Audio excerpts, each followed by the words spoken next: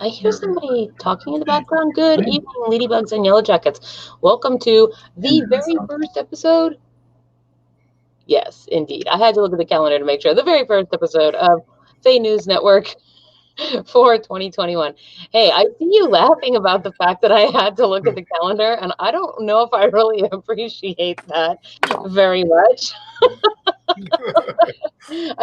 I really couldn't remember. I was looking at a calendar date for November last month. We were at hedge and we were talking about when the next hedge gathering would be, and I set a date, and everybody was like, "What are you talking about? That date does not exist." And so turns out I was looking at November 2020. I'm so confused with time. I'm months off. It's amazing I ever managed to do this regularly, right? Yeah. I mean, but you're here, and you're the one who is the one with a special affinity for being on time, and thus we're all on time. Oh man, As close as we can make it. Well, I am here tonight. I am your host, Fairy Princess Lolly, and I'm here tonight with Ion the Leprechaun, who is laughing at me because I have a terrible relationship with time, and famous Dana the Boggin. Hi. Who found your hat, I see. I did find my hat. It was in a box. I mean, not surprising considering everything is in boxes around this time of year. And Frank, I was cleaning up, Oh, my goodness. Look at that tie. Yes, I know. I was just going to say, Frank the skeleton with his handler, Count Morbid, and Frank apparently has a lovely new tie that he is showing off to us today. I approve. He also had a lovely hat that has fallen off. I approve of Frank's flair, though, to be perfectly honest. Like, he has way more flair than you, Count Morbid, and I like it. Frank does not have 17 items of flair, though. So does he have 17? Okay. It's a lovely hat. Oh, yes. It is indeed a lovely hat. Okay. Well, so I would like to say, of course, the first things first. Oh gosh, if I may, please, everybody, hit the like and subscribe button for us, if you will. Man, why is this just things just are not working for me today? I don't know. Okay, here we go. Please hit the like and subscribe button. Oh, everything's been crazy, but good. And I made it a goal this year to use a different adjective every time, and so I think I had jingle the bell, and then I think this time we'll say tickle the bell. If you would like to receive notifications, excuse you, Count Morbid.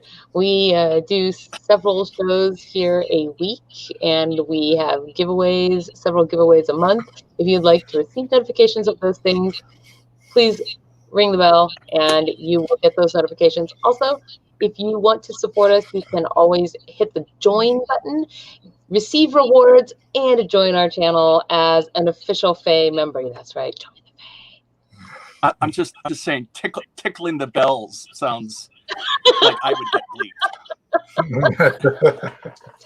Tickle the bells. You had to go there, didn't you? So, also a shout out to today's. Would you like to tickle? No. A shout out to today's sponsor, which is Pixie Potions. And Pixie Potions is a single mom-run Tacoma-based business focused on healthy alternatives to everyday personal care and pain relief products, featuring high-quality, responsibly sourced ingredients from Better Shea Butter, Majestic Pure Essential Oils, and Nature's Best CBD. They specialize in small batch, handcrafted body, face, and beard care products, including their signature CBD pain relief. Please check out their full line of products at pixiespotions.com.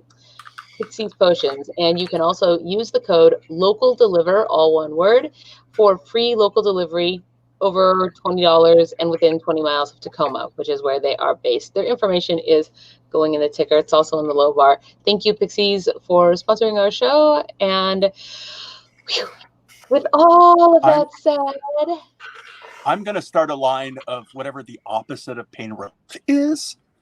Just like put it on your skin and you're like, it burns, oh my god, I'm in pain, why did I do this? Which like a caustic tincture. Yes. a caustic tincture. Let's see. What will we call Count Morbid's new line of? Well, I was tiger thinking, bomb, but it's just an actual tiger. Yeah. Well, so you can do eucalyptus oil, right? I know for a fact that if you use pure eucalyptus essential oil and you apply it straight to your skin, it will in fact actually burn your skin. So you can be aromatherapeutic while you can flay the flesh off of people all in one fell swoop. What are you going to call your new line of skincare products? Oh, morbid care or morbid doesn't care. I'm not sure. Morbid. Palsy poultices. Morbid doesn't care. Dragon oil. Let's see. Worm oil. No. Ooh, worm oil? WYRM, of course.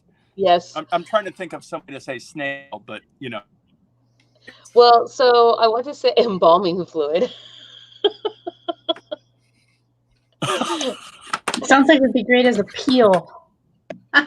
Oh, yeah. It would be appealing. Not appealing, but appealing. Saying yes, that's what he's saying. Is it appeal would be appealing? It'd be appealing. We got you. Those are popular, right? So, hi everybody out there. By the way, I see Persephone, I see Christina, I see Cerulean Witch. I see you look like a new person that I don't know. What does that say? That looks like the end of Romper Room. I don't know how to say that. Does anybody know how to pronounce that? Aprosdokitos? Aprosdokitos? It's all Greek to me. I don't know. It's all Greek. It does. It does look Greek. It does look kind of Greek, doesn't it? Well, hi. Welcome to our show. Thank you for being here with us. Hey, Morbid. Is Frank a classy girl? What?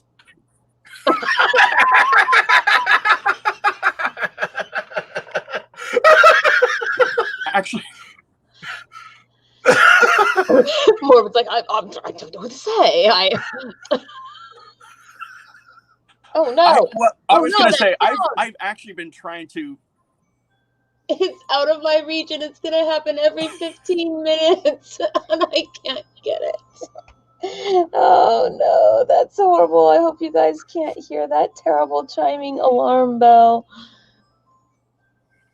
Ding, ding, ding, ding, ding, ding. It's okay. I've got voices. Honestly, it's not the most annoying noise coming from your camera. It's fine. Oh, thanks, Count Morbid. I mean, wow, with friends like you. So, wait, with what like me? With friends like you, who needs enemies? Whoa, labels. No, frick. Let's not put a label on it. Okay. Well, let's see. With frenemies like you? No Close labels. Enough, yes. Yeah.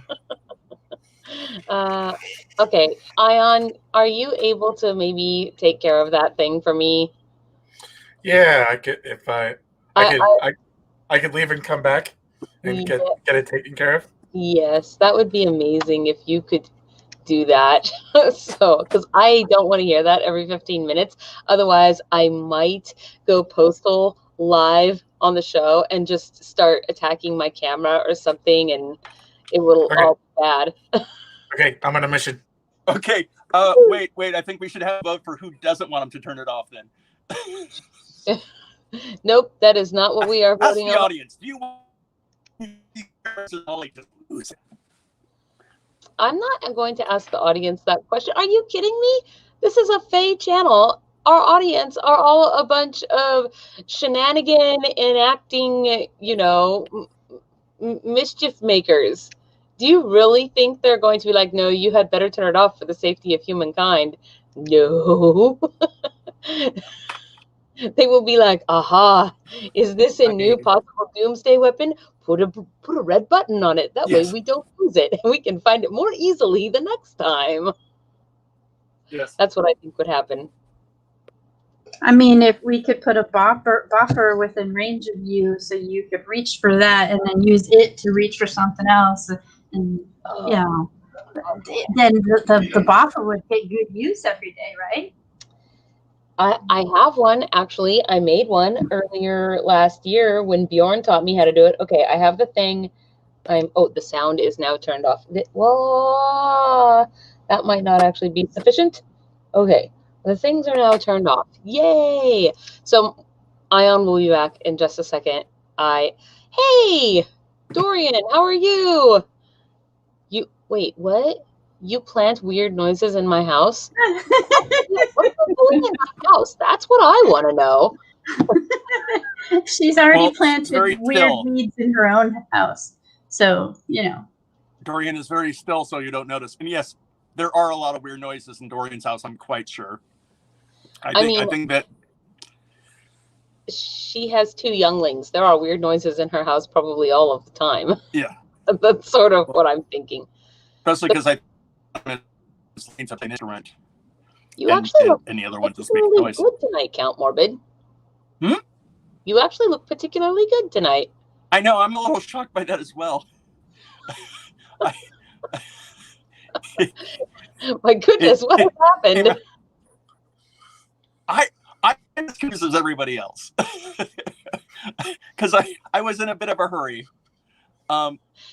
By the way, yes, I think Dorian may be behind you.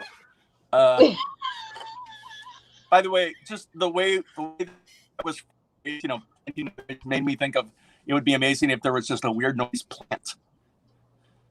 A weird, like just some plant that grew weird noises, you know, just something that's not mandrake.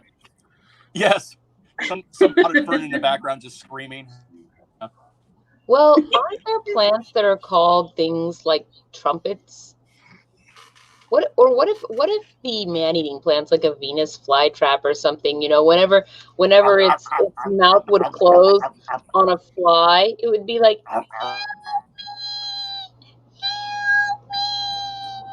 and then it would close and it would eat the fly. That would be the fly talking, not the Venus flytrap, though. That would be the fly talking. But I mean, flytrap. It could be the fly talking if it was Jeff Goldblum, I guess. Yes. Well, somehow you have to learn. You have to lure other flies in to try to help the first fly, right? By the way, there is one thing that I would like to talk about from today's news, which is that Caillou got canceled. Caillou is just a terrible, terrible. It's one of the worst things that Canada has ever done to us. What's Caillou? Oh God! It is first off, this spelling is obnoxious. Yeah, it's CAILU, I think, and it's this very obnoxious, whiny child who throws tantrums, and it's just he's just the worst. It's a kid's cartoon. It's a kid's cartoon. My kids watched it for small children. And it's just, you know, there's a lot of cartoons out there that parents can watch with their kids and that they can enjoy, etc. And then there's Caillou, who is a demon sent from hell to plague parents. Yes, Zeke, yeah, Christina. More so than Arthur. Who's Arthur? Similarly, Arthur the Aardvark? My understanding is that Arthur is not as bad, except for how Arthur wears headphones, because or the characters in Arthur, their ears up here, right? They have you can see the ears coming out of their top of the head, like the aardvark or bunny or whatever that they are, and then it shows them wearing headphones, and the headphones come down to here, where they don't have ears. His ears are the ears are up here, but they're wearing the headphones here. Yeah, see, they've been on Arthur this past year. They've been going to school via Zoom. Oh, you see, yes. Uh-oh. Why do you guys know all of this? I do not understand. Babysit a lot. I was forced to watch. Because, well, first off, I may be familiar. Well, I can't always use children as the excuse for why I watch cartoons, but I've seen a lot of like small child cartoons because you really want them to get at the age of 5, where you can watch cartoons with them. That some worse ones than Caillou. To me, at least, Caillou was catchy and had a good sound to it. There are some other little bunny there are little bunny cartoons out there that are absolutely hideous. I will say there's also Pingu. Who's just this little claymation penguin. Pingu's not too bad if you have to watch 5 minutes. But if you have to watch hours of Pingu every day, it's just this little seal just going 4 hours. 4 hours. But yes, okay. Is Caillou the worst children's cartoon, or is it Teletubbies? Teletubbies is not a cartoon. Teletubbies is okay if you're. It's not a cartoon. Yeah, technically not a cartoon. Technically, okay, fine. I feel like we should have a vote over what is the worst children's show ever, but I don't know actually what another one to put up against Caillou would be. My entry is Arthur, but as an honorable mention, I'm going to put in Blue's Clues. Everybody loves. I love Blue's Clues. Well, okay. There are shows that are harder for adults to watch with their kids just because they're aimed at 1-year-old brains. So there are some cartoons that are just rough, and then there's Caillou, which you're like, this is a terrible example. Why are we seeing this? There's an animal in trouble. Of cartoons that are. There's an animal in trouble. So in the audience, they had mentioned My Hero Academia, much better cartoon for kids. Also, Winx Club is also fun. WINX. Yes, that's a fairy one. It is a fairy one. That's great. I know that one. Winx? Yeah. I'm just saying. I actually have Winx books. Lamb Chop has been gone for a long time. By the way, I feel like I started a terrible discussion. I feel like you kind of did. I feel like you hijacked the whole show right there for the last 15 minutes to have a terrible discussion about terrible cartoons. Wonder Pet. You're making a Winx live action? Yes, they are. See, I can. Why aren't we in Winx Club live action? Lamb Chop. I remember Lamb Chop, but I didn't like Lamb Chop, but that's probably because I don't like the Muppets very much either. So Lamb Chop's not a Muppet. He is not a Muppet. Is not Lamb Chop a handheld puppet that stands next to its puppeteer that talks to it? Well, one, Puppet. That's not a description. That's a puppet. A Muppet is a specific group of puppets who often aren't next to their puppeteers. What I said was I probably didn't like Lamb Chop because I also don't like the Muppets.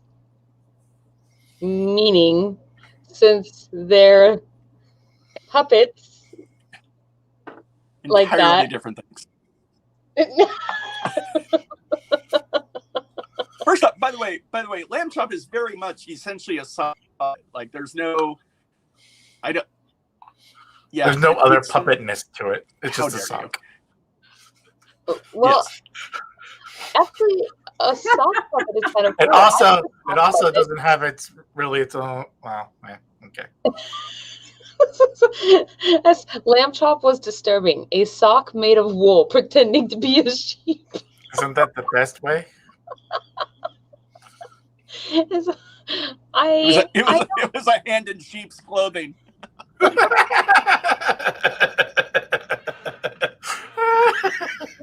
It is a little gruesome when you look at it that way. Although suddenly I find myself thinking, what other types of materials might puppets be made out of that then they have a hand in them, that then they're like a leather puppet, right? So how about a jalapeno on a stick? Jalapeno On a stick. By the way, this kind of reminds me. I saw somebody did an anatomy drawing of the skeleton for Hamburger Helper and for some other puppets, and they're horrified. Hamburger Helper? What? The Hamburger Helper. It's Hamburger Helper's glove, and so somebody drew the anatomy.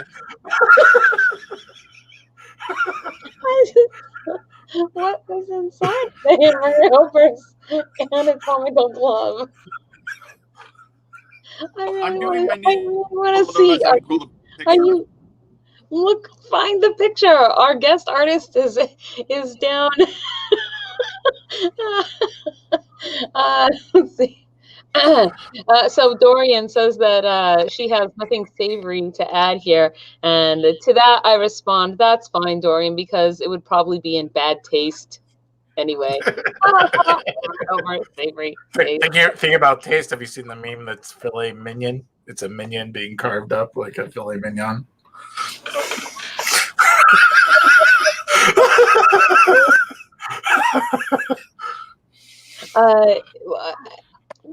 Is it a rib?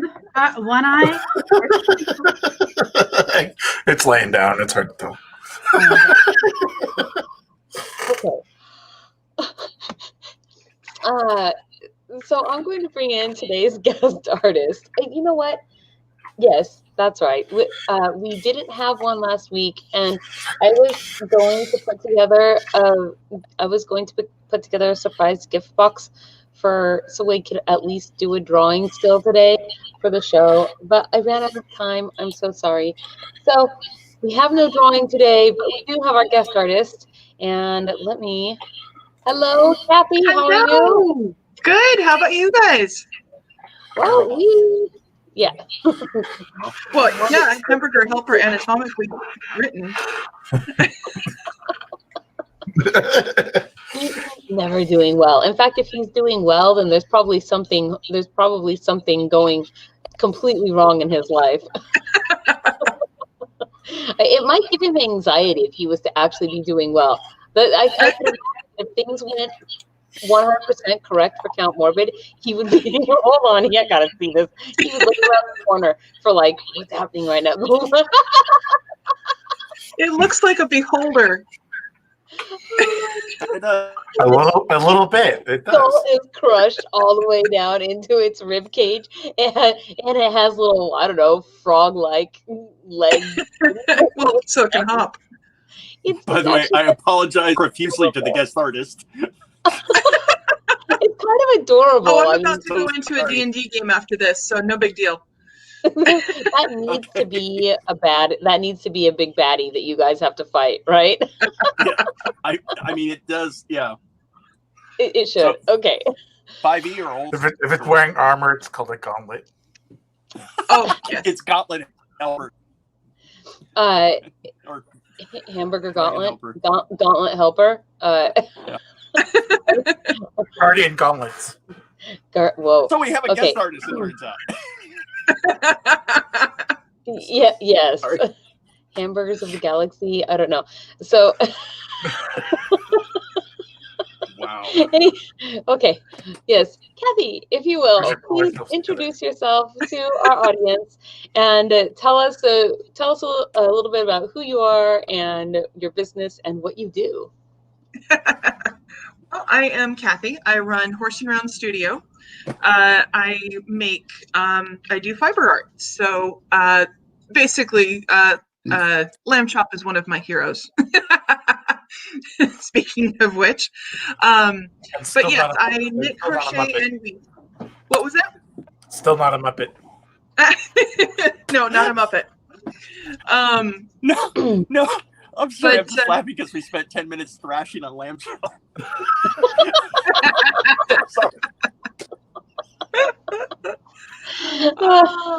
Very entertaining. But your lambs are alive.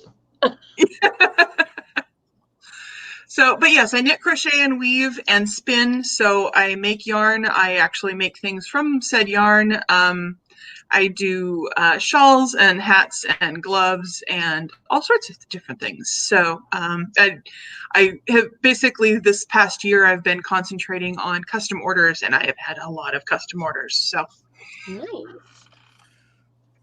So can I ask a question with regards to custom orders? What is it that people normally like? What is it that they custom order? Why are they getting a custom order as opposed to, say, ordering something from your shop? Is it that they want a color or they want something in a size? What is it? Sometimes it's a specific color. Sometimes I'll post a picture of, hey, isn't this neat? And I'll get custom orders.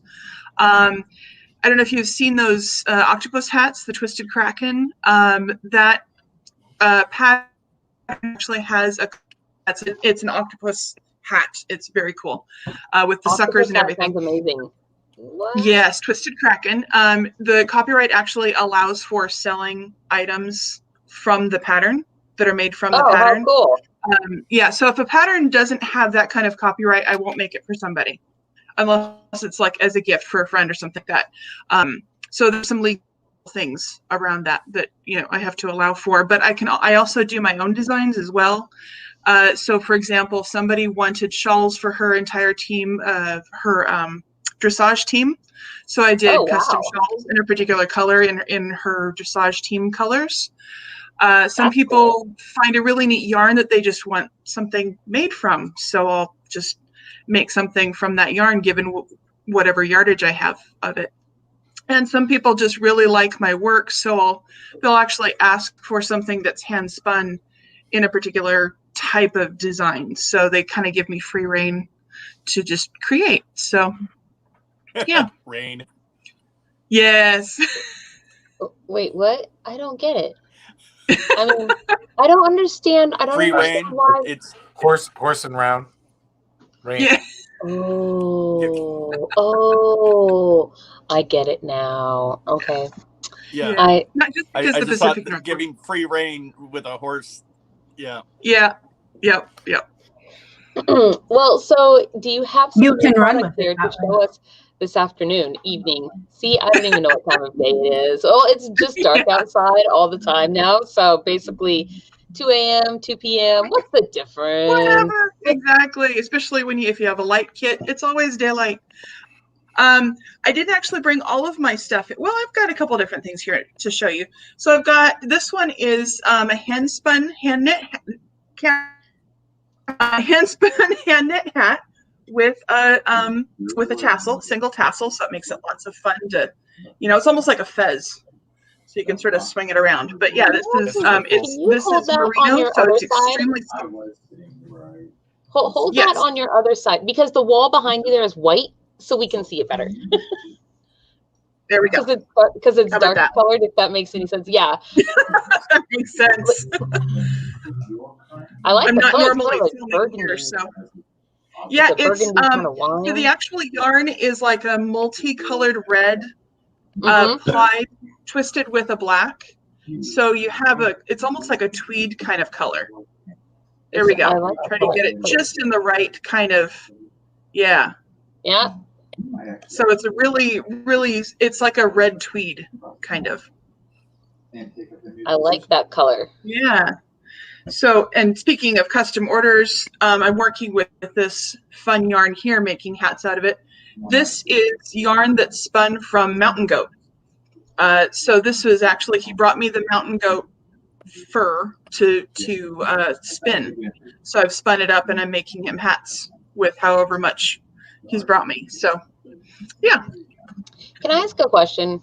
Yeah. Another question. I'm terrified that somebody's always going to say that. You mean another question? Okay, so here, since you have your own animals and you take their wool from them and then you spin it and dye it and do all the things, how long do you think, like to say, make that hat that you have there?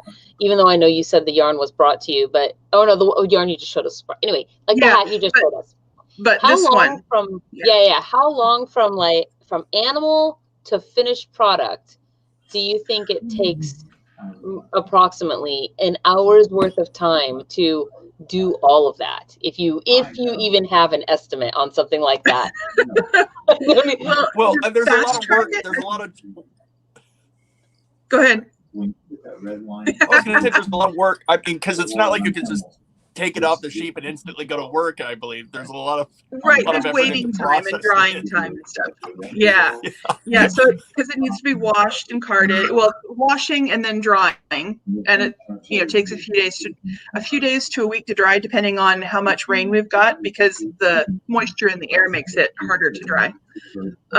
And then carding it and getting it ready, dyeing it. It takes time. And then takes time to rinse and dry from that. So you can fast track it to about 2 weeks or something like that. So and so how much, that's why we how much yarn do you get out of like a single, I don't know, batch, I guess? So a fleece off of one of my sheep, because I have primitive sheep. I have Shetlands and Icelandics. They're a little smaller. I can easily get a couple of hats off of, say, one of the Shetlands. I don't think you could get an entire sweater for a full-size adult off of that.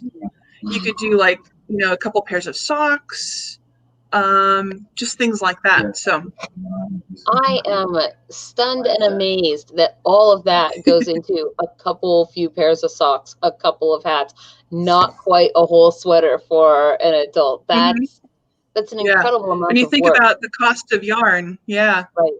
Well, there's a reason why in old-fashioned things they always talk about darning socks, because you don't throw out socks the second they get a hole because it took you 2 weeks to make them. Exactly. Well, they repaired everything. They patched things. They restitched things. They all of that. Today you get and they only had a couple pairs of clothes. Yeah. Today you get a hole in your sock. You throw it away and you go to the store and get more socks. But you would fix that because a pair of socks was already a lot of work and investment. Yep. I am We're being visited by a cat. That's okay. Somebody's saying they hear a voice in the background. I hear it too. Is that a TV going somewhere? I had my microphone unmuted, and I didn't realize it until just a few moments ago, and that's where the voices are coming from, is my background. I'm sorry. Okay.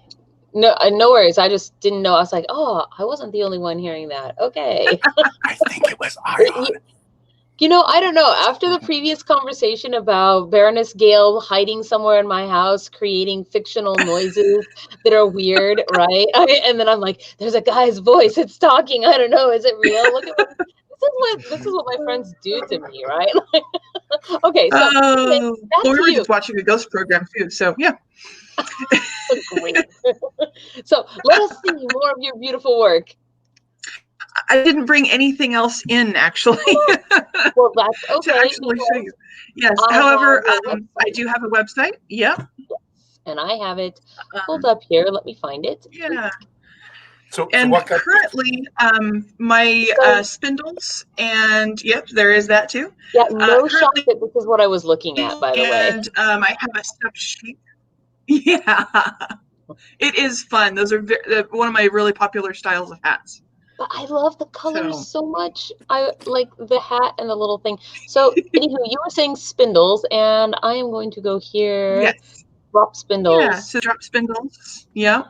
So right now, my drop spindles are actually displayed at a gallery by the name of Baskin Dragons in Tacoma. Ooh, this one. So, yeah, my friend owns the shop, and she was just out to pick up some wool from me the other day, and I went ahead and handed her the basket of spindles to display just to see if there was interest. Can you spell the name of that shop so I can put it into the comments for people? Sure. Baskin Dragons. B-K-I. It might be Dragons. I'm not sure. I'll have to look it up. And D-R-A-G-O-N-S.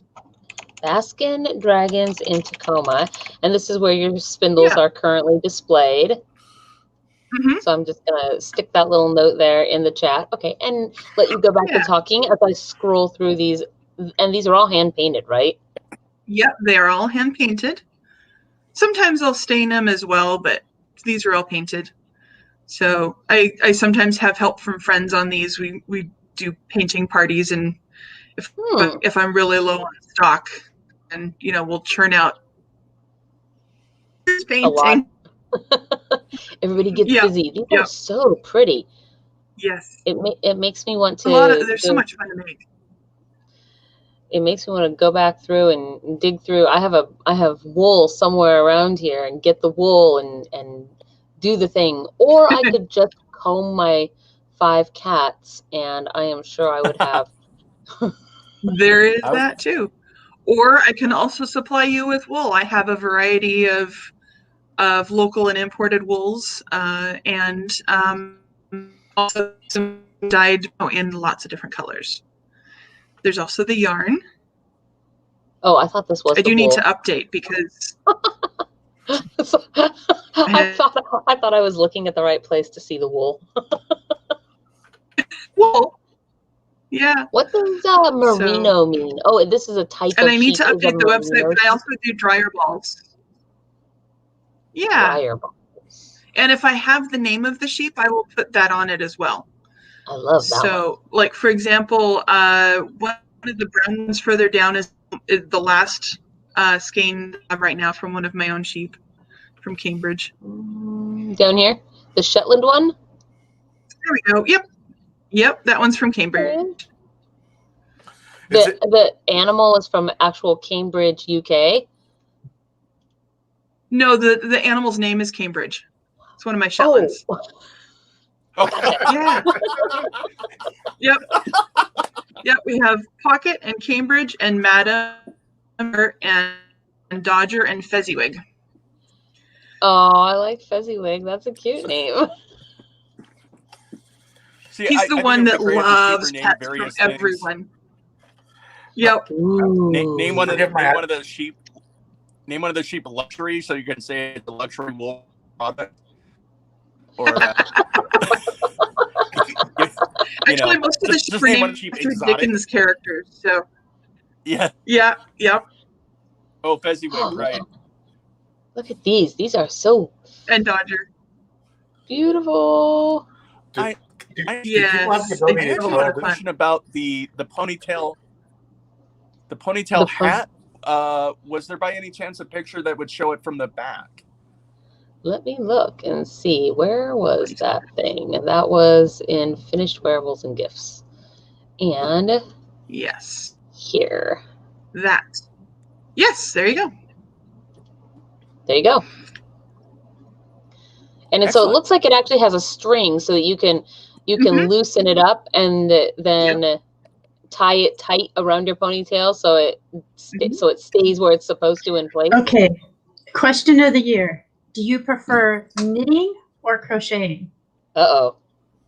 I think it depends on what I'm working on. If I'm doing something like a doily, like fine lace and stuff, I actually prefer crochet most time. If I'm doing something like or a shawl or something like mostly knitting. Knitting is easier on my hands these days. I don't know what the difference between them is. 1 stick or 2? 2 needles versus 1 hook. Well, I heard somebody also once. And then of course you have more variations.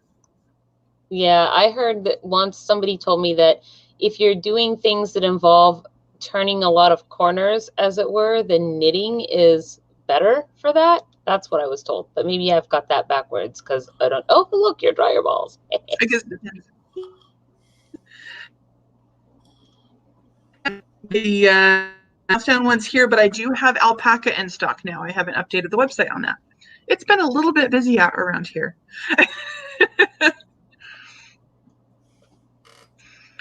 So, but yeah.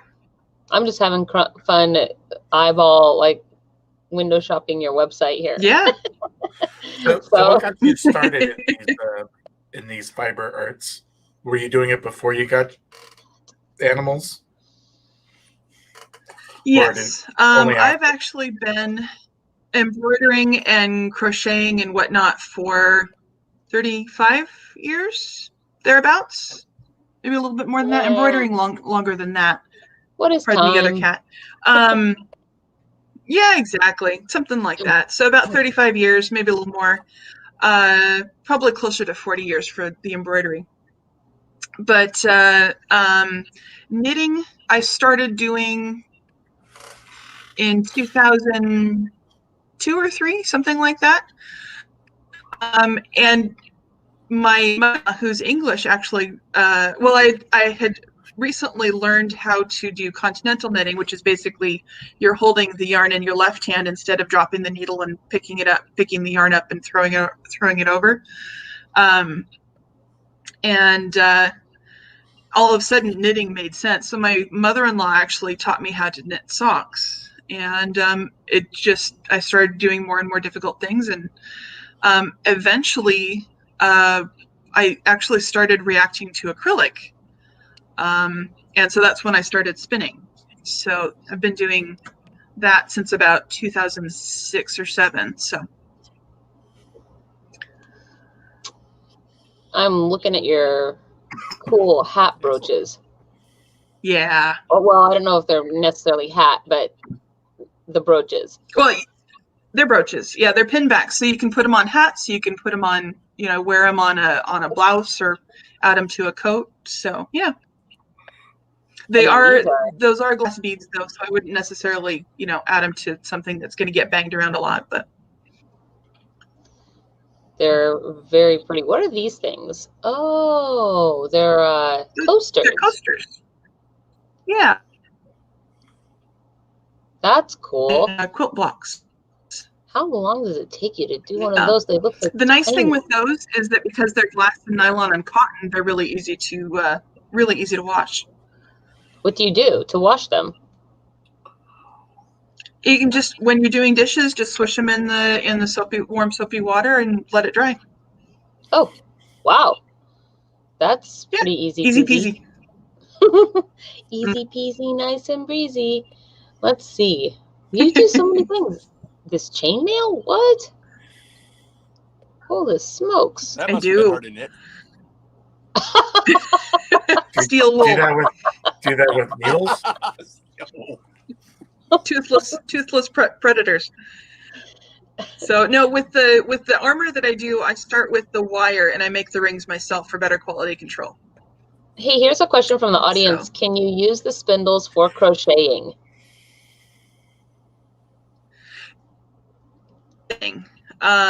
They're not set up to have any kind of gauge or anything like that for crocheting. I don't know what that question means. I can't. Uh-oh. Are you having a notification go off as well? Yes. Yep, Amber Alert. Oh. Well, sheesh. The night of notifications, huh?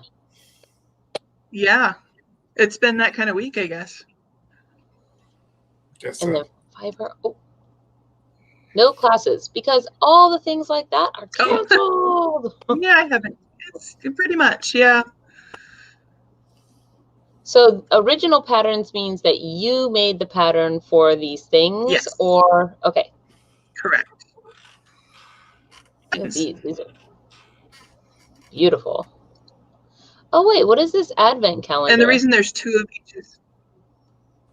Yeah, so it's basically a knit thing of pockets.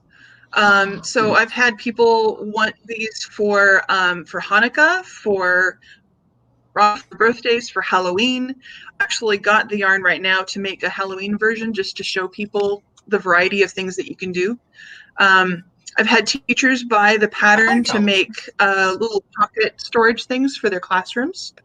Some people have talked about making it a memory game because you can basically make as many pockets as you want.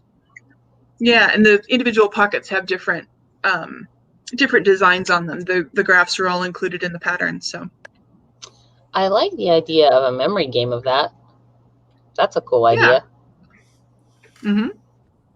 I forgot what we were talking about. Fiber arts. These are so pretty. Yeah. Fiber arts, yes. Look at these. And so what is this woven? No, that's bead point, just like the coasters. Oh, okay. Yeah. It looked woven actually Yeah. from there we go. Yeah, using the grid, you can actually do the same pattern with bead weaving if you want. These are just done on a backing.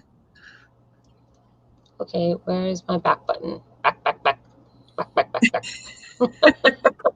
Sound like a duck over here. Back. What is this thing? Swedish band loom. So what is this? That is for weaving. It's a woodworking pattern specifically, but the loom itself is for weaving bands that you can use for trim on Swedish and other Scandinavian clothing. Oh. You can also make, well, you could do bead weaving on it if you really want to. You could also you can use it for either inkle style weaving or card style weaving. For people who do either of those. So the card weaving is when you have like the square cards and there are threads going through holes in them and you're turning it back and forth and weaving back and forth as you go. Okay. I have actually seen some. We've had a vendor. I didn't know it was called card style weaving, but we had a vendor that I think makes those looms, and they were talking about that. I don't know. at some point last year, which is basically like everybody, because this is this show of this year. So, well, so it is.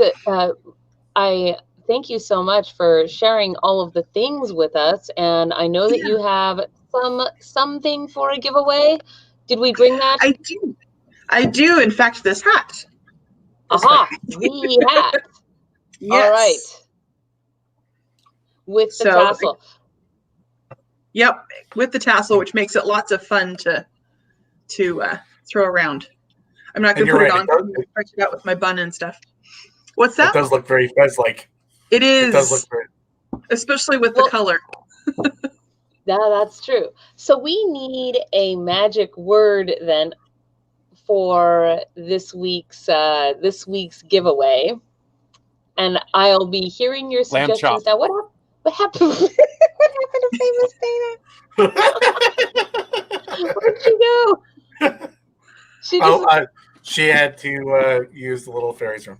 Oh, okay. Yes. So okay. As I told her, that's why I have Frank. Yeah. Lamb chop is a suggestion for a magic word. How about you guys out there in the audience? Do you have any suggestions for the magic word? I'm waiting. I mean, lamb chop is a pretty good one. I'll admit. I mean, it really kind of ties things together. Yeah. It really puts the rib together, right? Lamb burger helper.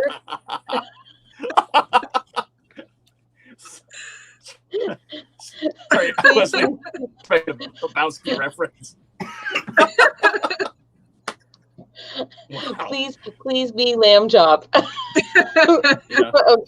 We have at least 2 votes then. Do you vote for lamb chop too, Ion? I am struggling to come up with one that I like better. I was going to do something with wool, maybe, but no, lamb chop is better right now. Lamb chop it is. Or Hugo weaving. No. Hugo weaving. No, I like lamb chop. Lambs have kind of been a thing tonight. So lamb chop it will be. And for those of you who don't know, what this means is at the end of the show, go to the comment section on FAE News this episode and put the word lamb chop into the comments, and you will be automatically entered then to win this hat in our drawing on next week's FAE News. There are 2 other ways you can get entries. You can join our YouTube channel, which means you'll be automatically entered into every drawing that we do, including next week's, and you can join our Patreon. So you can get a maximum of 3 entries per drawing. So I will. The code word is for after this show ends. After it's not live. Yes, I have it. After it's dead, right? Right. It's undead. It's kind of undead actually because it stays Like up Bela for the Lugosi, viewing. yes. Yeah. Bela Lugosi's undead. What? Oh my God, you were mentioning a beholder before. Can you make a beholder hat? That would be cool, right? Yes, yes, I probably With could. all the eyeballs coming off the top of it. Eyeballs and tentacles. Yeah. Well, one of the things that I actually did for Halloween, I have a particular style of hat that's my own design that I call a fluffernutter. So it's basically a really super long hat that goes all the way around and around your neck.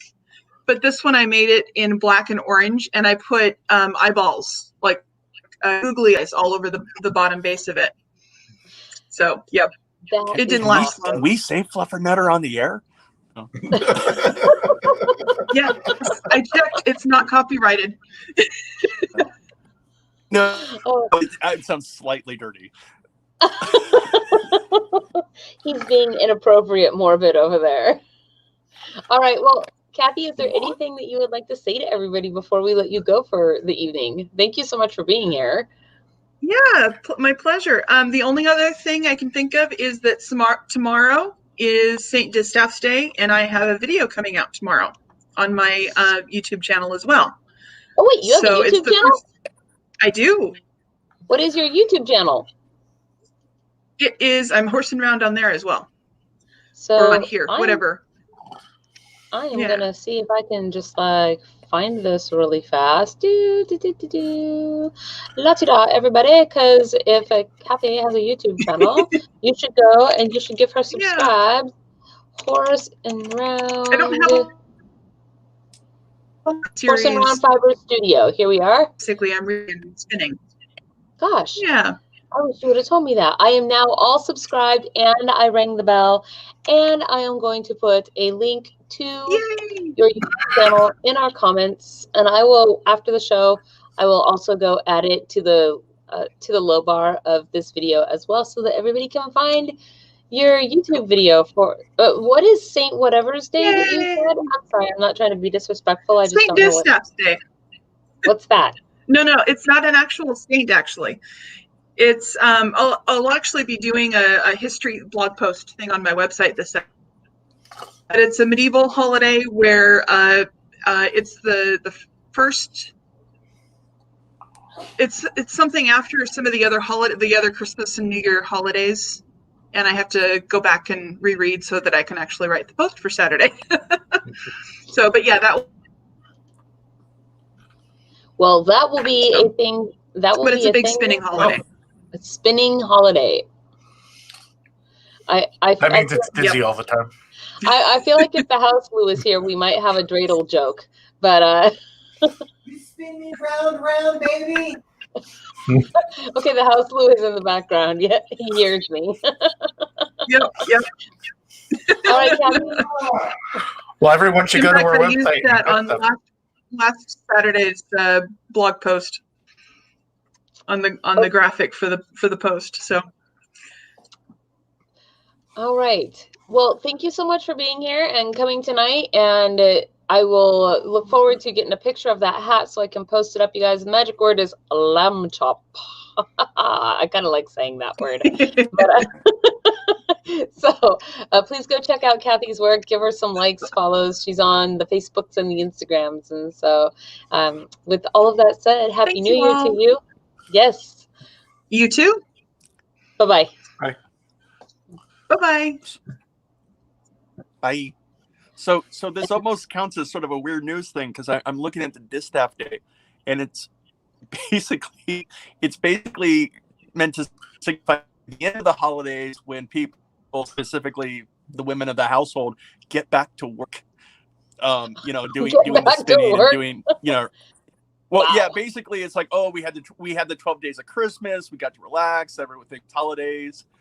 Now we need to get back to spinning wool and knitting and doing all those projects. Yeah, apparently there may be some things. Oh yeah, men have a version called Plow Monday. Cloud The first Monday afterwards, when they basically it's meant to get back to work. So like when the men go back to the fields, when the women start knitting again. There's something I about. feel like Cloud Monday is actually a code word kind of a holiday, right? Where the men are like, yes, of course we're going back to work. Yes. Apparently, I'm very reluctant to tell you this part, but apparently it was common for pranks to be played on each other during the back to work holiday, basically. You know, which holiday do we play the pranks? In some ways, it feels like that last day of school, except it's the first day of school. Huh? Which holiday do we play the pranks? Is it Plowed Monday or is it Distaff? Is that what you said? Well, I think it's meant to be specifically Dis Day or Saint Distaff's Day, but I mean, it's kind of weird because, like, I think I don't know, the timing is a little odd, and I'm not sure if they're always on the same day as each other. Yeah, but yeah, apparently there are. We'll look it up more later, but it's amusing. That again, it's basically a get back to work day, but apparently the mood is still fairly light, so they play pranks. So I didn't. I sent the link to our chat, by the way. Okay, I was having trouble understanding this distaff because I didn't know what that word was. I was like, is that a person's name? What is that? So I went and I looked at the definition. And it says that a distaff is a stick or a spindle onto which wool or flax is wound for spinning. I did not know that, and now it makes so much more sense. All of the little cogs have fallen together. It's weaving together in a tight tapestry. And that's like the original definition, and over time it's also meant to mean of or concerning women because of the association between. So like I think I actually heard the term like the distaff sex, which unfortunately comes from the fact that women used to do all the spinning. So basically the original meaning is the the spindle, and then over time it's meant. I mean, basically, it's sort of saying women's work, and then the association became of concerning women.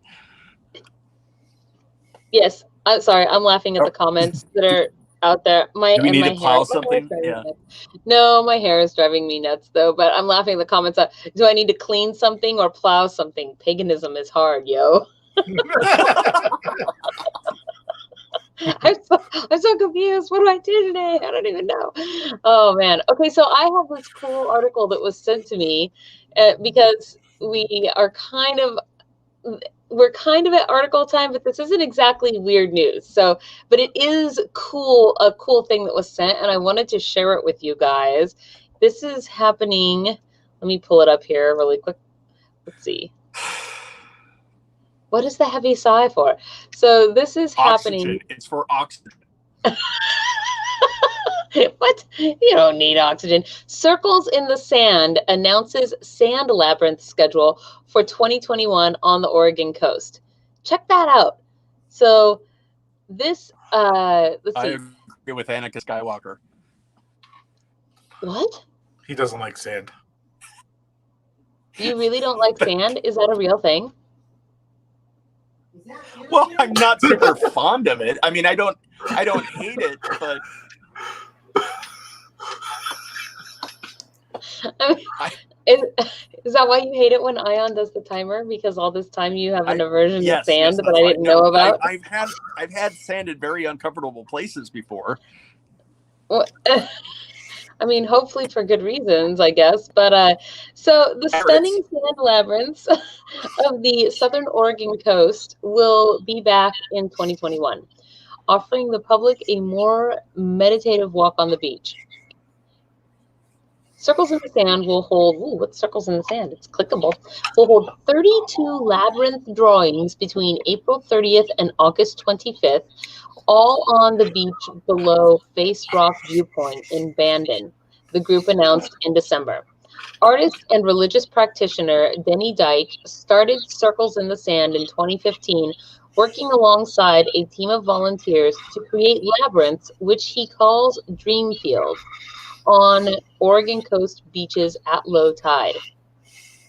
In previous years, Dyke and his team have scheduled as many as 60 drawings in all seasons, occasionally visiting other beaches around the area. In 2020, they scaled back to only 43 events, and they have reduced the schedule further for 2021. Circles in the Sand events tend to draw big crowds, especially once the public is invited to walk through the labyrinths upon completion. That is just so cool. Talk about a way to get out and look at this. Oh, here. It's super cool. What I'm wondering right now, though, is it more ironic to get lost on your way to a sand labyrinth or on your way back from the sand labyrinth? What do you mean? Well, one of them has more irony to it, and I'm not sure which. I don't understand what you mean by get lost. I mean, do you think while you're driving to Bend, Oregon? Yeah. It's a Why would you labyrinth. get lost?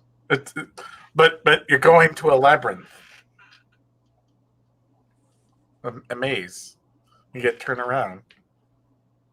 Ooh. Okay, I get it, sort of. I'm sorry.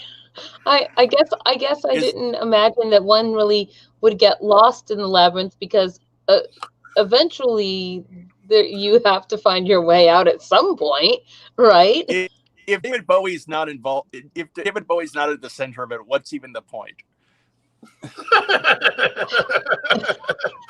The child. Yeah. Well, if it's Caillou, don't bother. If I click on these, oh, here we go. It isn't Caillou, but it's Arnold with his headphones on. Okay.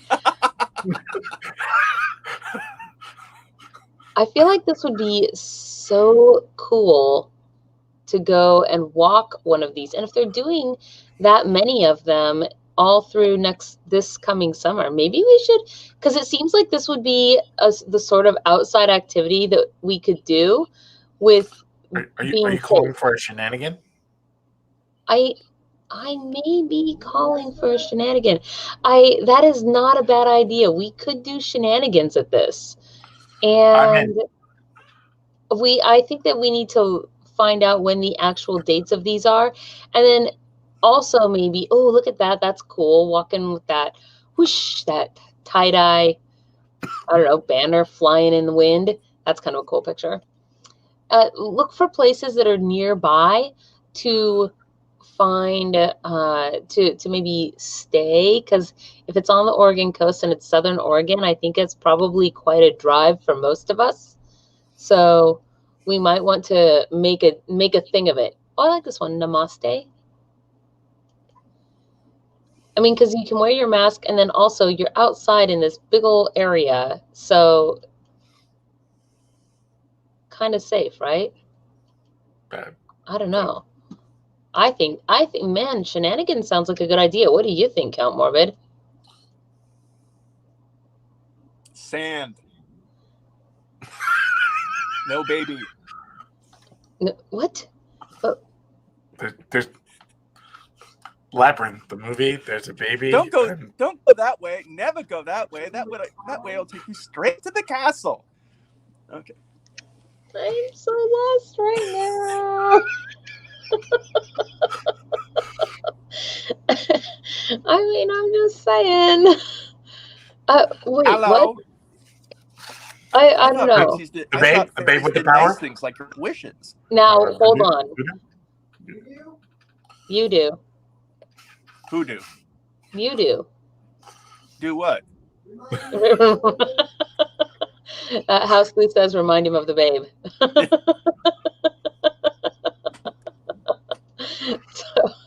Oh man. Okay, so I'm gonna stop sharing this now. And I just thought that was super cool, and it was Hellcat that sent that to me, if I recall correctly. So thank you for sending that in, you guys. You can always send things if you're in Faye Hollow on Facebook and you post stuff, or we even have a link in the low bar where you guys can submit news articles. But that one's pretty cool, and I kind of want to check it out and maybe actually do a thing. I'd like to go. That'd be cool. I've never done anything like that, so I do think it would be kind of cool. There was another thing that I wanted to show. Oh, I wanted to show you guys. Okay, so I wanted to kind of do a Dreamhaven update, and then after Dreamhaven, I'll do articles. But I wanted to give everybody a little bit of a Dreamhaven update and what's been going on with that, because here we are in 2021. So we had a really, if you look on the Patreon, our Patreon, you can see what our accomplishments were for last year and our vision is for this coming year. We had actually a pretty good year last year. Our channel grew a lot. Our Patreon grew a lot, and we're really excited about all of that. We hope to keep it growing, because even if we don't have Fairy Blossom this year, I've already heard that, I think maybe it was a Florida Ren Fair, Arizona Ren Fair has already canceled their 2021 event. So the cancellations are beginning to roll in yet again. And if that looks like it's going to be affecting us, well, then it'll be affecting us. But we are not making idle with that time. So we're plan to continue to do all kinds of events here on this channel. But so you guys know, so last year we had put an offer down on a piece of property that we were going to try to get, but they went with another buyer. And so then after that, there was all kinds of hullabaloo and whatnot, and things and stuff happened, but we're back to the point that we're searching again for properties, and we found this one. And even though this one is out of our price range, I really want to show it to you guys anyway, because you never know, a miracle might happen, right? I mean, we could suddenly become 1 million very strong overnight. But I wanted to show, because a lot of people ask what are we looking for? And so if you don't know what I'm talking about, Dreamhaven is our vision to purchase a property that we can develop into an event property so that we can produce events like Fairy Blossom Festival and other LARP things, you know, Harry Potter Hogwarts themed feasts and banquets and Viking events, whatever it may be, that we can produce these things year round on our place. And so that is what I'm talking about when I say Dreamhaven. And this is why we're always looking at these properties, because we want to get to the place where we can start building it out to be just an awesome and enchanted venue for everybody to come and share at. So that said, this is a really cool one, and I really just wanted to show it to you guys. It went off the market last year, and then just again this year it has come back on the market, which I find kind of exciting, even though it's just a little bit out of our price range. Somebody else's financial hardship. So what are you talking about? If it came back on the market, it means that it probably another sale fell through. Well, yeah, but they can fall through for any reason. They can fall through because just there's maybe fixes that need to happen and both parties refuse to pay for it, for kind of a thing, right? Like, to accept that. I mean, there's all kinds of reasons that it can fall through. So anyway, this is one of the properties that we just thought was super cool after our little venture in PL. And I'm going to click on it so you guys can see. So this is about 20 acres, and it actually has two houses on it. There's this house that you're looking at, and then there's this one, which is a small cottage-like house that's off to the side. And this is one of the reasons I actually love it, because I'm like, oh my God, we could convert this into, you know, some kind of a work trade artist studio, or we could do so many things with that. Who knows? But one of the things that we really want when we look at a place is, one, we need space, because we want to build it out into an event property. So we would like to have some land features like trees and water, if we can, that's going, you know, it needs to be relatively flat. I mean, not like, you know, the salt plain. Flat. You know, not Kansas flat, but, you know, not on the side of a mountain either, because we plan to have vendors and there will be parking and people will be running around and doing things, you know, so we are looking kind of for that as well. And parking is one of the reasons that we need the space, that as much space as we need, because events, people don't much think about it. But when a whole bunch of people show up someplace, you suddenly have to put all of their land dragons somewhere. So you have to corral the land dragons. But this one was just so cool looking. And just look at all of these beautiful trees that are out here, yada, yada, yada. I don't know. And it's kind of a, yes, I want to say it's maybe about 2 hours north of Spokane. So I guess this is a night view. I don't know what this is. And here's kind of some of the inside. So that looks like wood. It does. I don't know if it's just wood paneling or if it's actually like a wood cabin. It's hard to say without actually, speaking to them, I guess. Or even going to take a look. Yeah, or going to take a look. But this is one of the cooler ones, and I thought I would share it with you guys because we have been sharing on the show when it is relevant to do so, the types of places that we are looking at or considering driving out to and actually, prospecting. So, right, I know. Yeah. We also like the fact that there's a bit of a workshop looking space there. Yes, there was, and yes, the cottage, right? So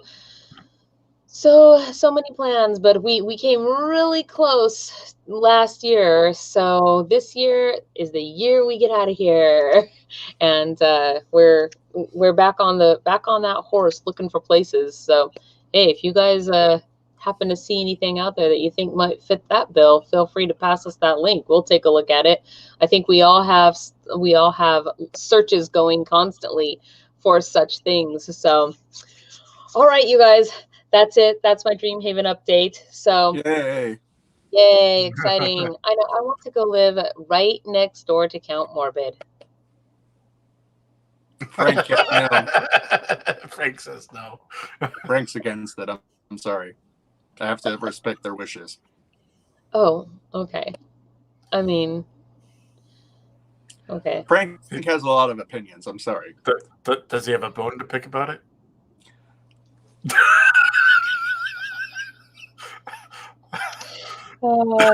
So, Ion, what I'm wondering tonight is, do we really need Lolly? Because I think you and I tonight are just fire.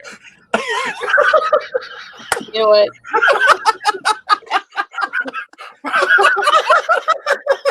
So, what articles do we have tonight?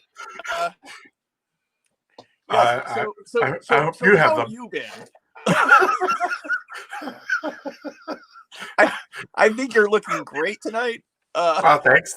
You too. Pale as usual, ma'am.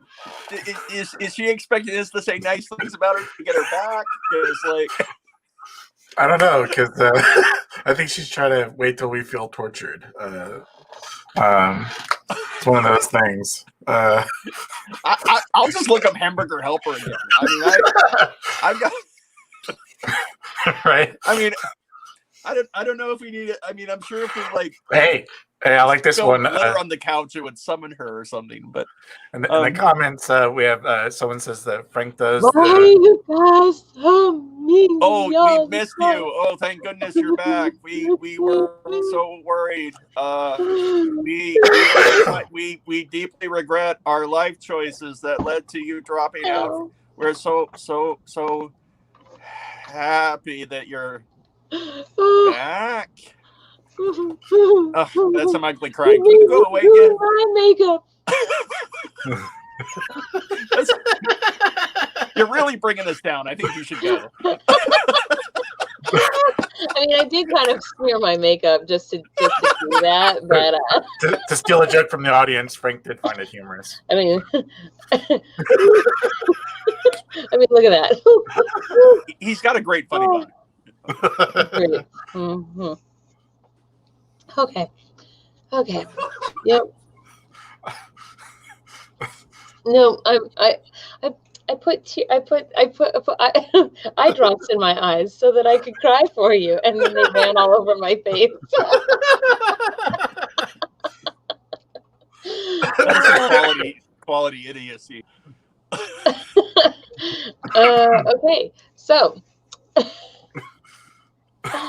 now on to the articles. We should get Okay. Frank a hamburger helper glove. I mean, is that actually even a thing? Like, can you actually? I'm gonna just see about that because.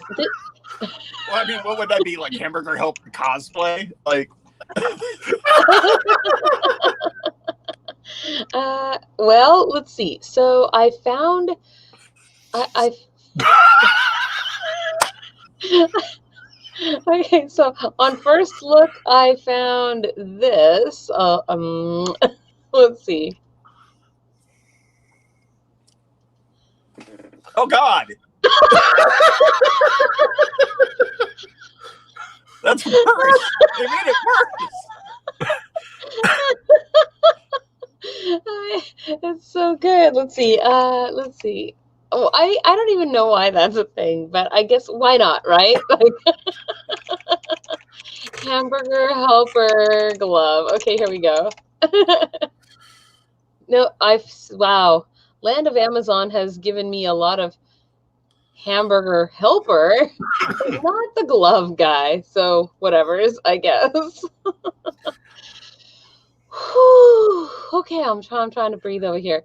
Now, I don't know. Talk about something witty, you guys, while I pick out 2 articles for everybody to fight over. So Throwing Monkey wants us to add a bit each week, which is a joke from Frank. Can we add a weebly joke, a weekly? My eyes are feel like- tears from being mocked. Sorry, a weekly joke from Frank. I don't know, Frank. Are you up to adding a weekly joke? What kind of weekly joke is Frank gonna tell us? I don't know, but it'd be a real rib tickler. It's sure to knock him dead. Yes. Perhaps a bit bare bones. By the way, yes. By the way, this is Frank's arm, and it's because of one of Dorian's spawn. Or, well, it might not have been him specifically, but One of Dorian's spawn? Oh, Dorian. Sorry, I was thinking Poppy, and I thought, oh my gosh, she has more. I didn't know. no, wrong slew off. Wrong slew off. Wrong slew off. You all look alike. All you slew off. That's based. Okay. That's based. Yeah. Speeches. By the way, I'm trying to. We have a march. this year, Kittiest. A what? right? A march. I think we have a march this year. Yeah, it comes after February. Oh. So guess what day St. Patrick's Day falls on this year? I'm sorry for reading this article title. It's the best. I'm not sure. I guess it ends in Y though. Yes. Okay. So I think we're going to have a very special St. Patrick's Day edition of FNN. Oh, because nice. Because it's on a Wednesday.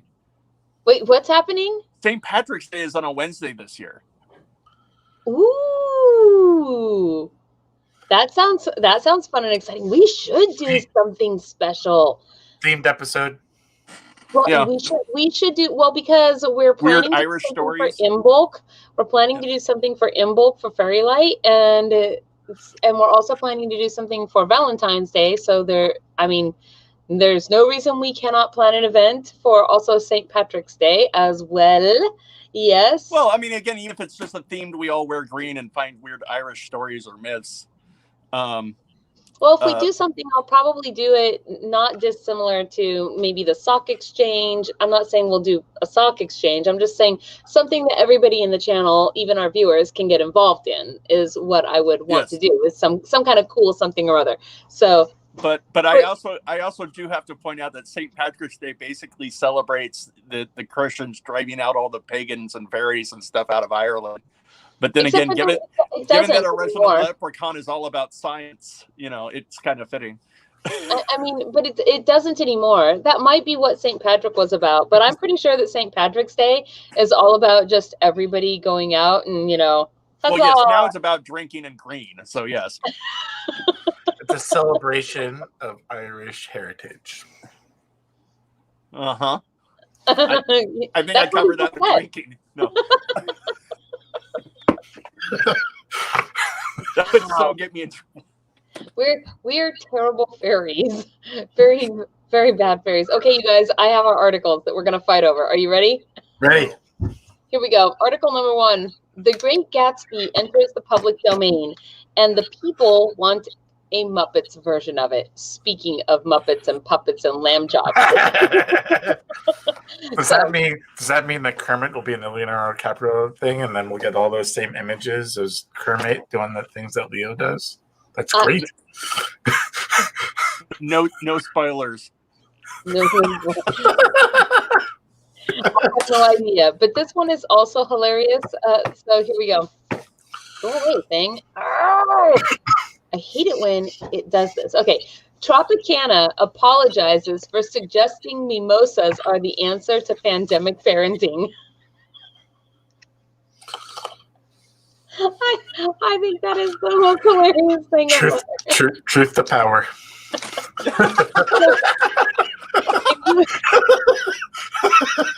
If you would like to hear about the possible Muppet version of The Great Gatsby, press number 1. Ion, do you have the timer?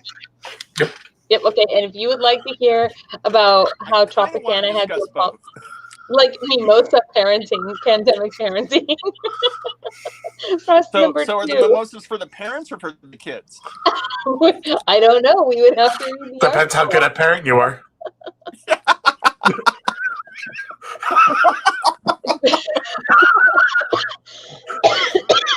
Did you just say what I think you just said? Yes. What's he say? He is confessing to saying what I thought he said. I guess I'm taking it that famous Dana is not going to make it back because she's been gone for quite some time now, like 20 minutes. She may not be feeling well. Hopefully she's alive. But again, Ion and I got this covered. We don't really need it. All right. Well, good night, then, you guys, and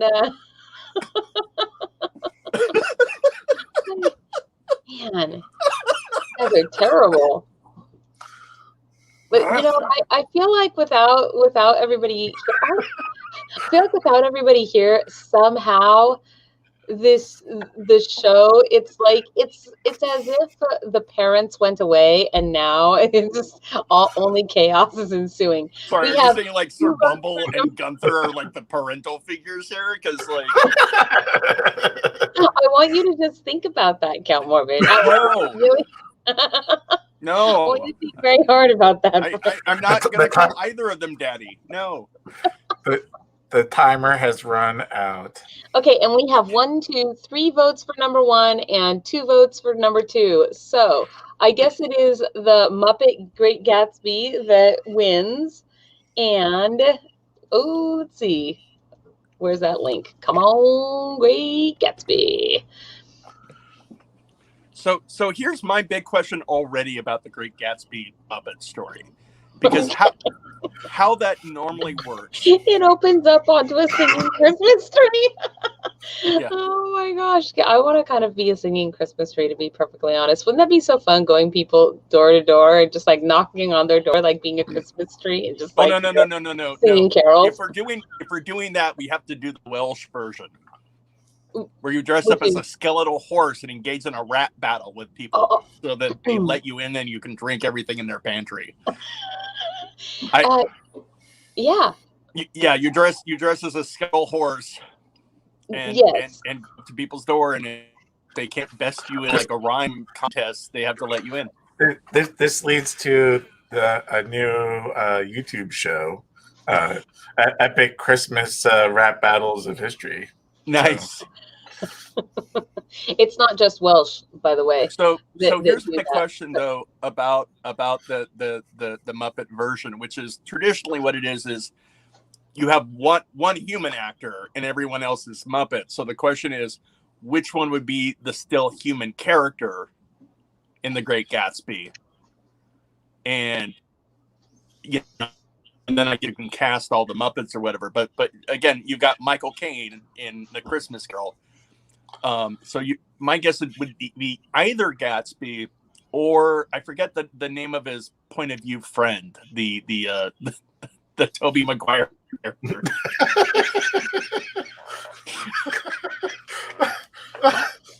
None of us remember literature. Sorry, what? Okay. None of us remember high school literature class, I guess. Yeah. Nope, I don't. I never read The Great Gatsby, so I don't like Charles Dickens very much. It's not Charles Dickens. It's not Dickens. See, I told you I didn't like Charles Dickens. I don't even know what this and what's considered the first. It's considered one of the great American novels. It's an American. You know what? Oh my God! So is Old Man in the Sea Dickens. by Ernest Hemingway. Right. Have you ever read that? All right, pitch. The human character is Daisy. Ooh. Okay, you guys, it's not easy having a green light. F. Scott Fitzgerald, he didn't write The Great Gatsby. F. Scott Fitzgerald did in fact write The Great Gatsby. So What did Dickens? It's an American story. Oh my God! What did F. Scott Fitzgerald write if he didn't write The Great Gatsby? It is now in the public domain, and some people are clamoring for a Muppets version. Creative Works from 1925 joined the public domain on January 1st. That includes Virginia Woolf's novel, Mrs. Dalloway, Ernest Hemingway's short story collection, In Our Time, songs by Duke Ellington, and a long list of other literature, music, and films. This means that copyright has expired. Jennifer Jenkins, who directs Duke University's Center for the Study of Public Domain, told NPR. And all of the works are free for anyone to use, reuse, build upon for anyone without paying a fee. A new bundle enters the public domain every year on January 1st. Previously, copyright in the United States expired after 75 years. But as of 1998, works published between 1923 and 1977 expire after 95 years, according to NPR. Because of Disney. Jenkins called this year's batch a blockbuster list in an interview with Smithsonian Magazine. Some of the highlights, as well as more history on copyright law, can be found on their website. The Great Gatsby, the classic Jazz Age novel that's become a fixture in U.S. high school curricula, sparked a lot of excitement. Let's see. Dickens, you say? Yes, the Dickens. Right there. Yes. Great Gatsby. It's where the gifts come from. Is F. Scott Fitzgerald's lasting legacy? It's where the cool Leo gifts come from. I mean, I know that. That's such a great one.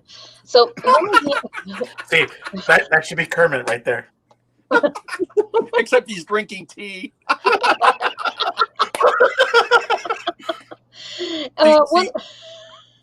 Go ahead. No, I was going to say, yeah, I think Kermit should be Gatsby, and then you have Nick Carraway who be the human character, and like Miss Piggy or something should be Daisy. So I don't even know who these characters are because I've never read that book by Charles Dickens. I'm just going to say that forever. Okay, one idea in particular really captured the imagination of people on Twitter. That's right, old sport. Am I supposed to say that with an accent? Like, that's right, old sport. A Muppets Gatsby. Well, no. More like a 1920s, like those old news radios announcers. Try Bristol cream for your shiny thing and get the woman back in line. Like that. Hello, old sport. Check out the news radio. Yes, because Saint Something's Day is nearly upon us. Yes. That's really strange. I can Plow Monday. I can hear that. Man, that is the worst. Okay, so party like it's 1925. Here we go. Let's see. Enough of the Twitters. Many people envision Kermit playing the title character Jay Gatsby, while Miss Piggy as his beautiful obsession, Daisy Buchanan. The writer of this article read the book.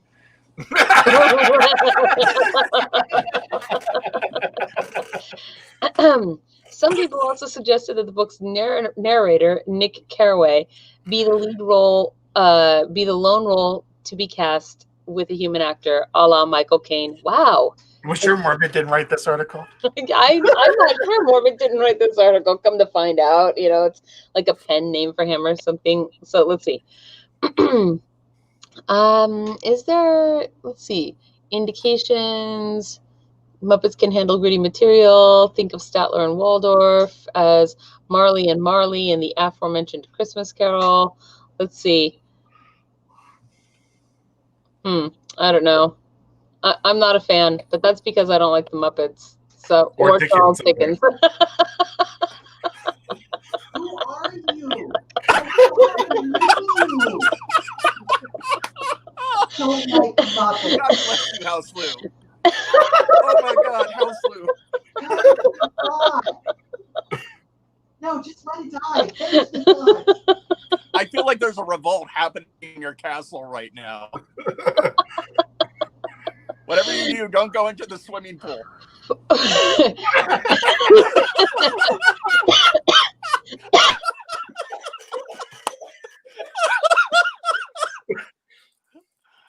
that was entirely wrong.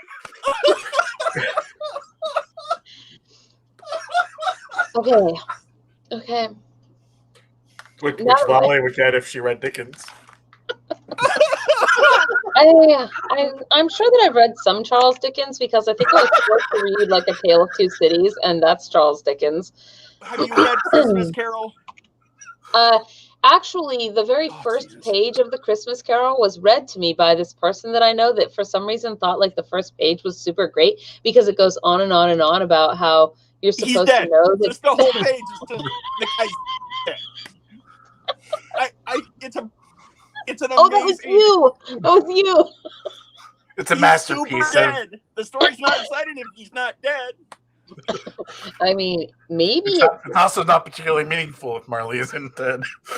I mean, if he's not dead, then that just means that somebody It just means he was breaking an entry. They're not neurotypical. Preaching life lessons. Yeah. Sending his friends to do the same. Okay. Oh my gosh, You're gonna be visited by 3 thugs. They're gonna come. One's gonna talk to you about the past. Oh God! You will be visited by 3 Leonardo DiCaprios. Okay. I'm gonna look for another. Should we cast Tobey Maguire as Nick Carraway in the Muppet Gatsby? I'm not convinced that Tobey Maguire's not actually a Muppet.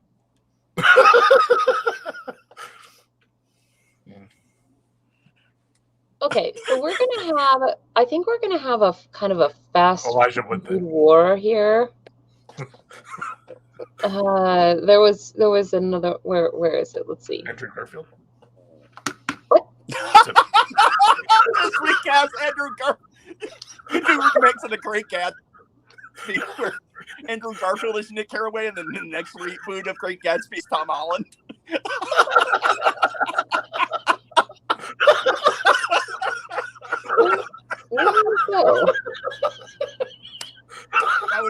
That would be amazing and spectacular. Far from home. Okay. Okay. Wait, no, this is. Oh, where is the one I was looking for? Oh, here we go. Oh my God. So while you guys have been laughing over there, and I have completely not been paying attention to you because I've been looking at articles for everybody to fight over again. It's okay. It's okay. I think that joke ran its course. We've run out of Spider-Man actors. By the way, I'm sorry. Are we really doing? I feel like this isn't really us doing weird news stories, unless like at some point we're pausing while somebody complains about Gunther sending them in a weird order. Gunther also does not feel well this evening, so he is not here. Yeah. Wait, okay, guys. That means we have to be nice to him? Who made that rule? Okay. I didn't know you've ever been nice to Gunther. You're always mean to him. Oh, no. You guys are both mean to each other. I'm a delight. Yes, you are. Just like a sunflower. Poppy wants to know if any of the new articles are written by Dickens. Are any of the new articles?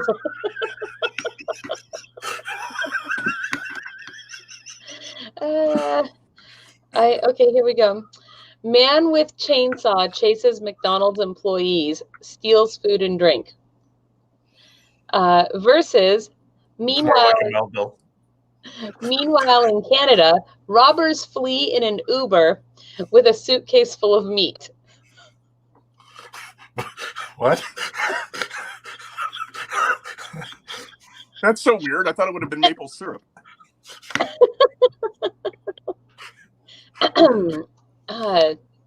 Okay, yes. Okay, so, and we don't know if Gunther has the plague again or not. Unlikely that he's got that plague. So yes, if you want to hear about number 1, which is man with chainsaw chases McDonald's employees, press number 1. If you want to hear about number 2, which is suitcase full of meat, press number 2. In the comments now, cast your votes. You have until the timer in Ion's hand runs out. I just was like, oh, there's so many food articles today. We should have a complete food fight, right? So that's that. And then I couldn't find one, and you guys were talking. I don't even know what jokes you were making while I wasn't paying attention. I'm sorry. I'm busy right now looking at the fact that Charles a journalist for a while, and I'm trying to see if I can find any articles written by Charles Dickens. Oh my gosh. That's true. That's why some of his books are so long, is because he was writing them as weekly columns, and then they got made into literally a lot of the authors back in the day were literally paid by the word, so right. Didn't make for concise writing. That's certainly how Poe did his poems too. Wait, hold on. Did the timer run out already? Yep. Gosh, that was so fast. Okay, well, we have 2 votes for number 2 and 1 vote. No, we have 3 votes for number 2 and 1 vote for number 1, which is number 1 is the McDonald's employee. So we're gonna do meanwhile in Canada, which is the meat. Here we go. And so are we going to call this Canada Man? Canada Man. Meanwhile in Canada, would you have a suitcase full of meat, Ion? What? Never mind. You did not catch the Letterkenny reference. By the way, I think the correct term is beef case.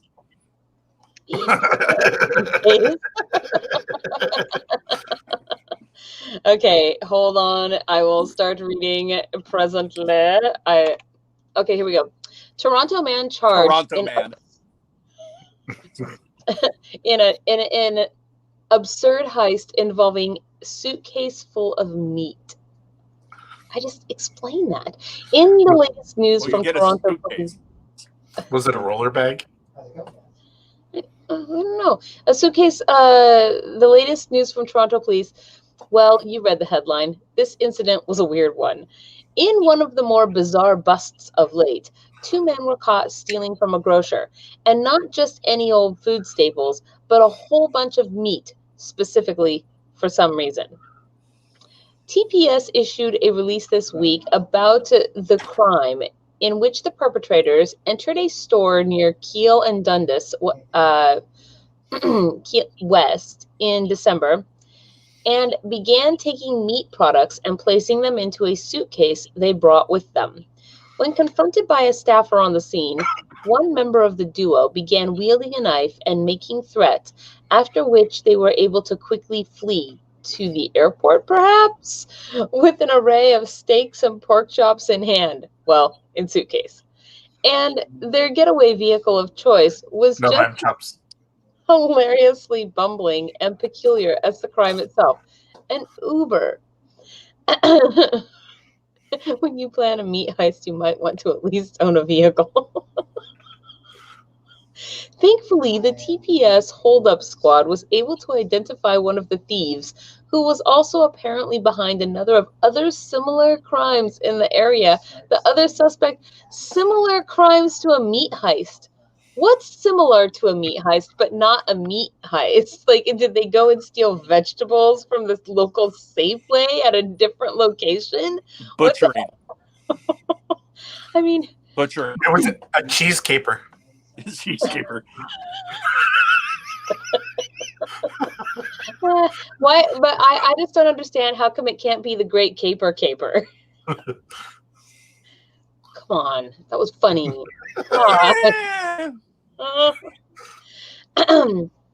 45-year-old Kevin Errol Plummer now faces charges of robbery with offensive weapon, disguised with intent, and a whopping 11 counts of failing to comply with his probation and 13 counts of theft under. What's theft under mean?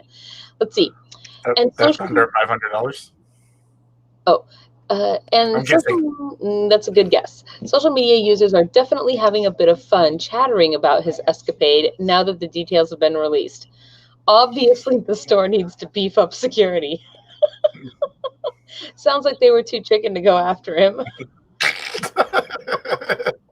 So he went on the police were able to follow the links. So he went on the lam. Oh man, I was about to say that. You got to it first. Dang it. Oh my gosh. I just don't get it. And I wish we had the Uber driver's take on this. By the way, this really is a story that we should have Dana for the oh no, that's where Dana is. Dana is currently off stealing meat. She's off heisting meat somewhere. Yeah. There is a no frills, a Metro, a gourmet butcher shop, and a few natural food supermarkets in the area, but it is unclear which of these outlets served as the target for the curious klepto caper, in which luckily no one was hurt. I mean, wow. What? I feel like that article is good, but also let me down a little bit because man, I wanted some rationale. Please, why are they stealing just suitcases of meat? I mean, and what? No interview with the Uber driver. I mean, come on. Because a tote bag would have been tacky. A tote bag would. I mean, if you know what, I bet if they would have just opened it up and put it on their bodies, they could have walked out like Lady Gaga. I mean, nobody would have said anything. Oh, looks like Oscar Mayer designed your dress. That's nice. That's right. That's right. Sponsored by. They needed to bring home the bacon. My criminal has a first name. It's OSCAR. Oh my gosh, I'm dying. Okay. Okay. Whew. Oh man, I rubbed my eyes and now I have all kinds of things in my eyes from my fake crying earlier. Okay, this is horrible. Look at what you guys do to me. Whew. Okay, let's see. Here I go looking for. What? Those are some high stakes, though. Stolen from Persephone. Yeah. Well, it's nice to hear that the burglar really has the chops for this kind of work. This is terrible. Okay. They girded up their loins. Yeah, I bet when they interrogated him, he really got the meat sweats. Okay, we're going to have a dog war here, I guess. So a sort of dog war. Article number 1 is I think dog fighting is illegal. Unless you are a duck, because this one is duck walks into pub, downs a pint, and fights a dog. So dog fighting, not illegal if you're a duck, I guess. That's is this article on number Australia? 1. Article number 2 is cops in Pakistan bust a werewolf.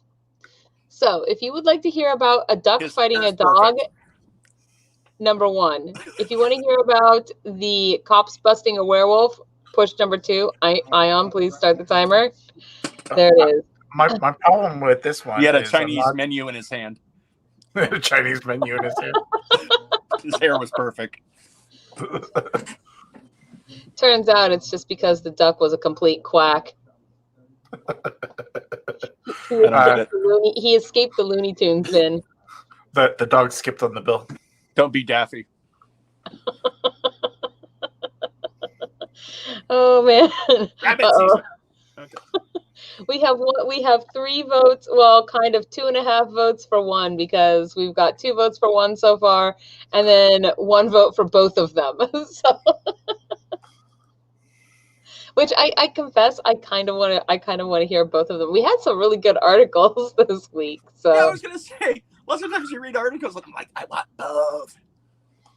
I know that's a. Can I vote for both as well? Because I have to know. You have to know. Okay, You know, you are allowed to read these later. It's not as fun that I read way. my Dickens. I can't. What? He said they're like Dickens. He can't. Okay. So we will go ahead. We'll start because we had more votes for number 1. So we'll start with number 1, which was Duck walks into pub, downs pint, fights dog. And then we'll go ahead and go on to number 2, which was the Pakistani werewolf. And wait, this is not the right article. What? No, here. Oh, here we go. Okay. I just clicked the wrong link. And where's my share button?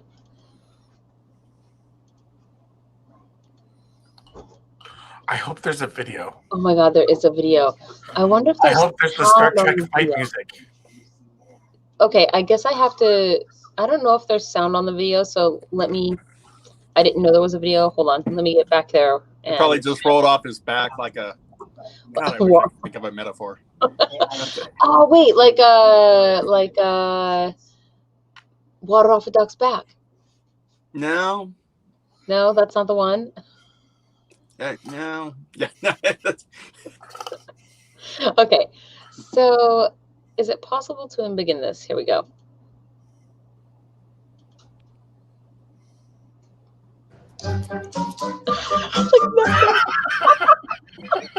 Into a bar and orders a pint. Obviously. Obviously. Star the Duck is a regular at this hostelry in Chumley. His owner discovered his liking for a tasty tickle by accident. It started off when I was watching rugby on TV, and I had an ale. And next thing I heard a lot of slurping. Looked down and he's helping himself. Wait, what? What's happening? No, duck. By the way, I'm amused that it's using a piece of music called the Baby Elephant Walk. Whoa, and I don't even know. I don't know what's happening right here. I don't know what's happening. Oh my God, this is what happens when ducks drink.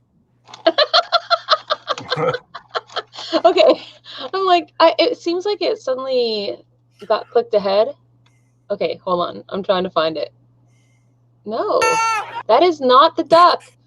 I don't even know what it's doing right now. It's oh, there he is. Okay, let's see if oh, it's only 30 seconds long. Okay, there, drinking. Okay, so, good. So we don't see a video of the duck fighting a dog. There he is, drinking some more. Okay, some more. Some guy, he had an ale. Blah, blah, blah. He was about to say, oh, no. It literally went on to the next video. That's what happened. That's all we got of the video. What? That's annoying. Okay, so we'll read the article now. Here's their pause button here. A lot of slurping. Looked down and he's helping himself. Okay. That is the most ridiculous little bow tie. He's so cute. A duck wearing a bow tie suffered injuries following a brawl with a dog in a pub in Chumley, Devon, UK. The dapper duck, named Star, was enjoying a pint with his owner, Barry Heyman, when Heyman's dog, Meggie, reportedly started the fight. Star's beak was injured in the brawl, which took place at the Old Courthouse Inn. Like, what? Like it's such a serious article. Star pushed his luck too far and Meggie snapped, splitting Star's bottom beak right down the middle. Aw, poor ducky. Heyman told the Cheddar Valley. Well, okay, there's your cheese heist, the Cheddar Valley Gazette. Look at that duck. He's so cool. Okay, he gave her a stare, then promptly stood on her back. She was not pretty. It was not pretty and not nice. We were so scared we would lose Star. He had to be rushed to the vets and go under anesthetic, which is always risky and could go either way with ducks and other small animals. Thankfully, our Star is a tough cookie, and it looks like he came out okay. Star is known in the area for regularly enjoying a pint of ale at the end, he always in his bow tie. The duck was rushed to the vet and is expected to make a full recovery, but should probably stay off drinking for a little bit. Star should change their name to Scar. But here's the thing. A star has fallen. Life is like a hurricane here in Duck Beer. Race cars, lasers, airplanes. It's a duck blur. Might solve a mystery or rewrite history. DuckTales, man. So,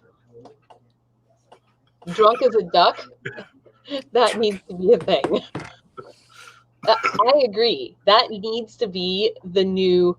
We may as well just make that a 2021 term. Drunk as a duck. It means you're going to fight a dog in a bar. Yeah. Yes. So I'm trying to understand. The duck got too friendly with the dog, and the dog had enough of that and bit back? The duck stood on the dog's back, and the dog had enough of it or something? Look, sometimes you drink, and maybe you hit on somebody you shouldn't, and you should go to the hospital after that. Rough. Whew. Speaking of rough, yes, go ahead. I may have to. I don't know if you can see the dog in the background here. 1 second, but I may have to go soon because it's the dog's bedtime. Well, it is. We're gonna read this last article because it is 9:32, and so. But since we were saying, what was the other one that we wanted to hear about? Oh, yes, the werewolf. That's right, the Pakistani werewolf. Pakistani werewolf. Yes, and if it mauled any ducks.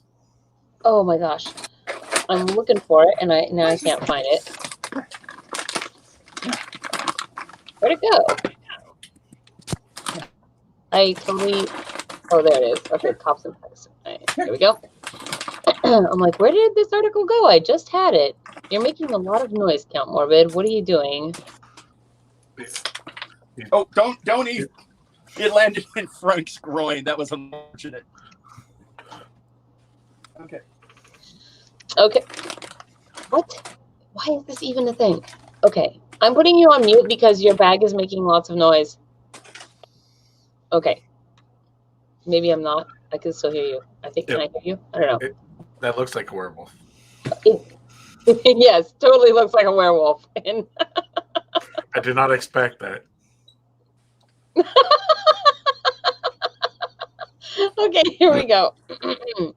A young man in Pakistan found himself at the center of an odd controversy after cops arrested him for prowling the streets of a city on New Year's Eve while dressed as a werewolf.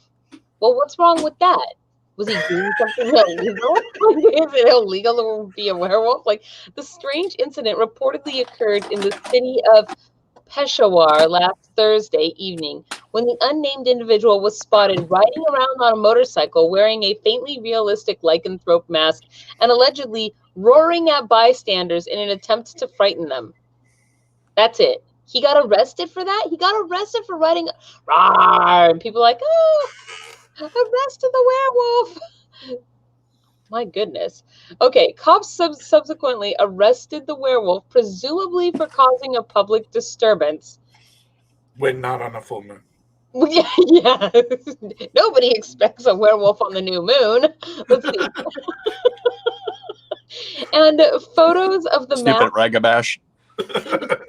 Photos of the mask-clad man handcuffed and standing alongside two police officers were posted to social media. Shortly thereafter, The images quickly went viral in Pakistan and prompted a bit of backlash from residents who questioned the reasoning for the man's arrest. Specifically, they noted that wearing a mask is required by law in Peshawar in order to help stop the spread of coronavirus, and therefore, technically, he is following the rules. That's awesome.